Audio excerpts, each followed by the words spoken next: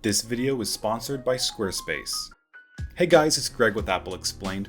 So ever since 2011, when Tim Cook became Apple's CEO, every decision he's made has been challenged by the inevitable question of what would Steve Jobs do?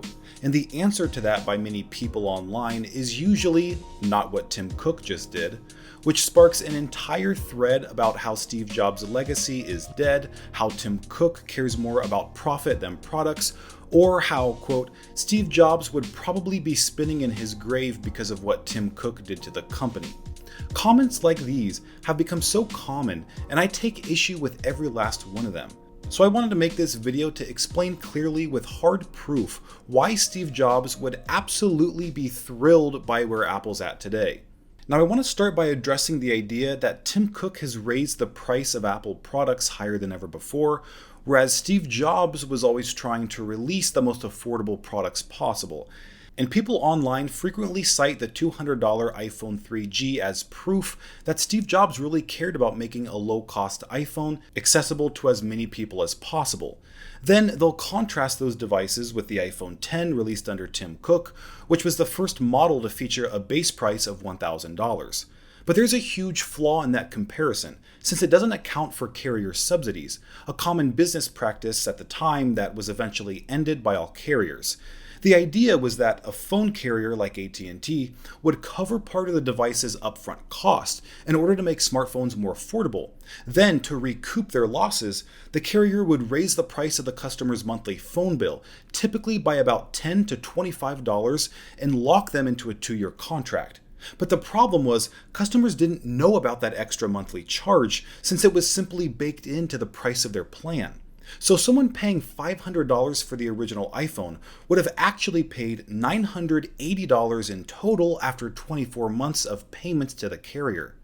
That means the iPhone 3G wasn't actually $200, but rather $700, according to Fortune magazine. That means the average real cost of iPhones was highest under Steve Jobs.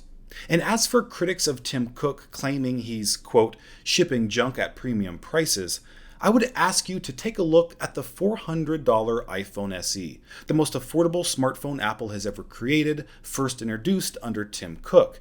And the second generation model released this year features the same chipset as the $1,000 iPhone 11 Pro, resulting in many tech journalists pointing out how great of a value the device is, something that I'm not sure has ever been said about any iPhone released under Jobs. Now, I want to address the idea that Tim Cook is more of a financial and logistics guy rather than a product visionary like Steve Jobs, and therefore Cook is pushing Apple in the direction of profit maximization rather than innovative product creation.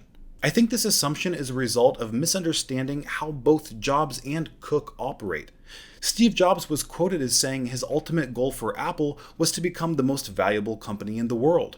And while brainstorming product ideas while running Next Computer, he said, "We need to figure out what products have the potential to generate billions in revenue."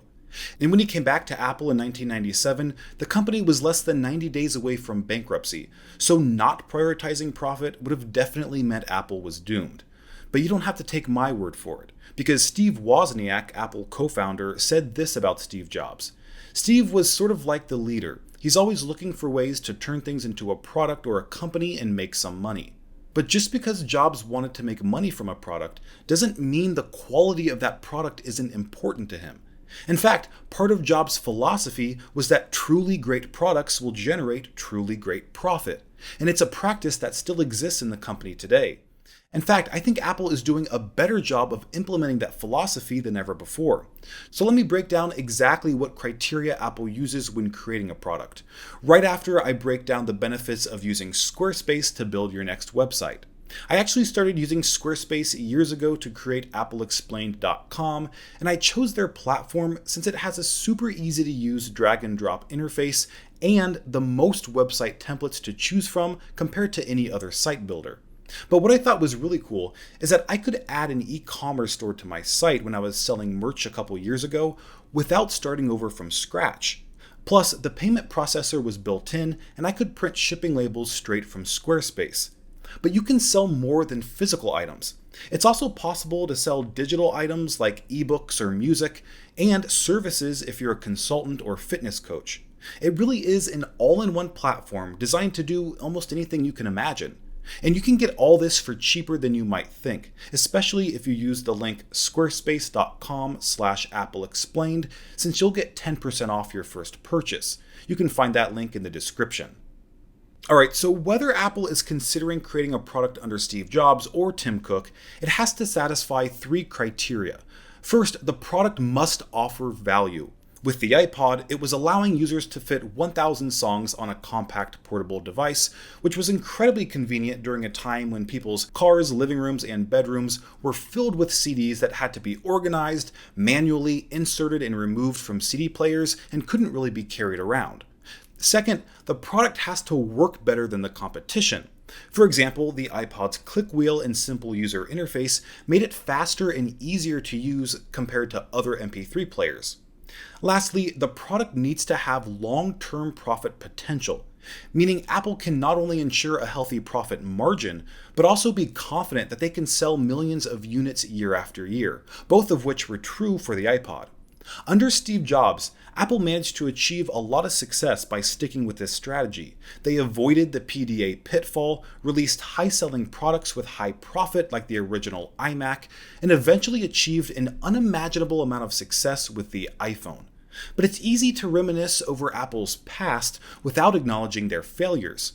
The PowerMac G4 Cube was a high-priced computer that looked and worked great, but didn't offer users much additional value over the more affordable PowerMac G4. It experienced disappointing sales and was eventually discontinued. The iPod Hi-Fi was a great-sounding stereo system that actually cost more than the iPod itself, but it didn't offer enough value over lower-cost stereos like the iHome, which resulted in disappointing sales and later being discontinued. But probably Steve Jobs' biggest product failure was one he actually managed to turn into a success story. The original Mac, released in 1984, actually experienced disappointing sales, selling only 10,000 units per month by the end of the year, which wasn't nearly enough to make up for the decline in sales of the Apple II, which had been the company's primary source of revenue for almost a decade. Now let's consider the product decisions made under Tim Cook. He led the creation of the Apple Watch and didn't rush the product to market like Samsung did with their Galaxy Gear in 2013. He actually allowed the Apple Watch to be developed properly, and it's now the most popular watch in the world. He led the development of AirPods, which helped position Apple to become the #1 headphone manufacturer in the world, overtaking Sony in 2018. And he helped create the iPhone X, which represented the biggest advancement in the iPhone's history and sold better than any model before, despite its $1,000 price, which, remember, was only $20 more than the real cost of the original iPhone back in 2007, and technically hundreds of dollars cheaper if you account for inflation. But I think the most significant piece of evidence we have that Tim Cook is every bit as concerned about creating great products as Steve Jobs is how he handled the AirPower project. Apple introduced their own wireless charging pad called AirPower with the release of the iPhone X in 2017. The product wasn't technically finished, but Phil Schiller said Apple's engineers were confident they could get the job done by early 2018. Well, 2018 came and went, and in early 2019, Apple released a statement that read, "After much effort, we've concluded AirPower will not achieve our high standards, and we've canceled the project." Instead of releasing a charging pad with compromised features or unreliable technology, Tim Cook decided to not release anything at all, costing Apple time and money and preventing any potential profit from being made by releasing an Apple-branded charging pad. That decision was not made out of a desire to make money with disregard to a product's quality. In fact, it was exactly the opposite. Cook was okay with losing millions if it meant preventing the release of a substandard product. So the next time you hear someone claim Cook is going against Jobs' vision or that he only cares about shareholders, it's worth considering whether or not that person is accurately assessing his reputation or just blindly jumping on the "I hate Apple" bandwagon, since that has always been one of the internet's favorite things to do. Alright guys, if you enjoyed my explanation, don't forget to like and subscribe with the notification bell so you can be notified of future explanation videos just like this one.